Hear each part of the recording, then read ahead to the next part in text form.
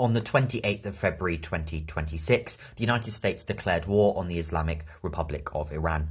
In A-level politics, if you're studying US politics and government as part of the A-level, one of the key topics you're asked to look at is the balance of foreign policy powers between the presidency and Congress. Here is what the war shows and how you can use it as an example in your A-level politics essays this summer. In the days following the 28th of February, it's become really clear that this is effectively a full-scale war, full-scale aerial war from the United States and Israel against Iran. The strikes so far have reportedly killed Supreme Leader Ali Khamenei, along with around 40 senior figures in Iran, including the head of the Islamic Revolutionary Guard Corps and the defense minister.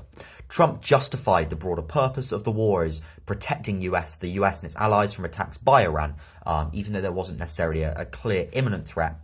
However, critics argued, therefore, that this was kind of unprovoked attempts at regime change with no legal foundation and minimal consultation from Congress.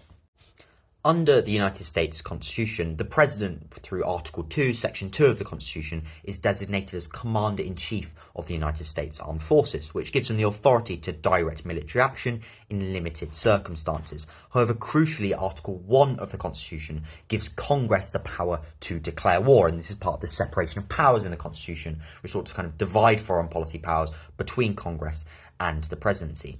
However, in the last 50 years, what we've seen is the president increasing their power over foreign policy and effectively taking on the power to declare war and really dominating foreign policy. And the way they've done so effectively is just by going to war without requesting a declaration of war from Congress, because once they've started going to war, it's very difficult for Congress to stop that because the war's already started, troops have already been committed, etc. In the 70s, actually, in response to Richard Nixon, Congress introduced the War Powers Act, which sought to limit this extension of presidential authority in foreign policy by requiring the president to notify Congress before kind of any military interventions, and limits military interventions to 60 days without the approval of Congress.